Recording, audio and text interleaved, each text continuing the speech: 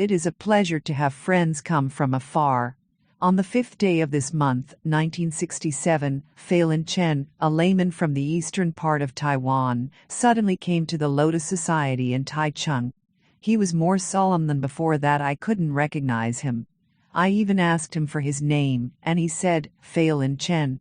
I was so happy that I said to him, I wrote about your nephew and your wife's strange inspiring stories in last month's Body Tree magazine, but I forgot their names. I am so sorry.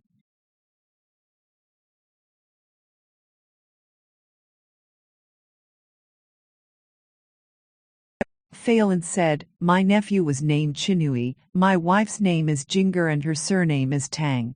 I retired from the sugar factory and came to the West for a visit, so I came to pay a visit today. We were kindred spirits. After 8 years of being apart, we talked about the idea of cultivation.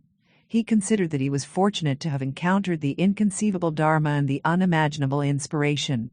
He also spoke of several inspiring stories for many years, and I will bring up one of them for the readers. Phelan was originally from Zhanghua and crossed the ocean to work in the post office in Harbin and Songhua River in northeast China during the Japanese occupation era.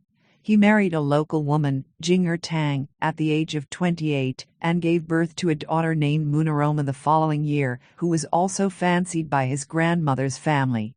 Munaroma can't be said to be a lucky child. When she was just born, it was the time the victory of the war, Taiwan was restored and returned to the motherland. Layman Phelan returned to his hometown with his wife and daughter and took a job in a sugar factory. Till 5 years ago, one day, Mrs. Chen suddenly suffered from abdominal pain. I had never seen her in such pain since we got married. Even though I asked several herbalists and Western doctors and gave her injections and medication, all kinds of treatments did not work, said Chen. When the family was at their wits' end, Mrs. Chen suddenly got up from her bed, as if she was not sick, and sat down on a chair to talk. She said in Mandarin with a northeastern accent, "Go get Munaroma, my granddaughter. I want to see her, because she has been away for 18 years, and I miss her so much. Hurry up to call her." At this time Munaroma had been married.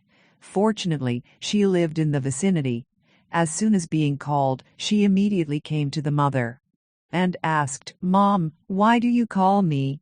Her mother said, "I'm not your mother, I'm your grandma. I haven't seen you for 18 years. I really miss you." Then Munaroma asked, "Grandma, have you eaten yet?" "I have eaten." Munaroma asked again, "Grandma, can I offer you a memorial tablet?" Mrs. Chen replied again, "No, no." Seeing this, Phelan knew that she was possessed by his mother-in-law, so he explained to her the Buddha Dharma. "Grandma, since you have fallen into the path of ghosts, you must be suffering terribly. You must recite Amitabha Buddha and seek birth in the Western paradise so that you can be free from suffering and attain happiness.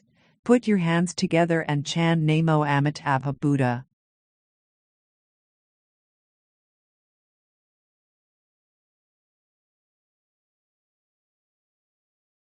Chen said that back then he sincerely chanted less than 20 phrases of the holy name of Amitabha with his palms together. Then Mrs. Chen sobered up and looked around, speaking in Taiwanese dialect. "Why are you, so many people surrounding me?" Chen then asked her, "Do you know what your mother said when she just came here?" Mrs. Chen said she didn't know anything about it. Chen asked her again, "You had a stomachache just now. How do you feel now?"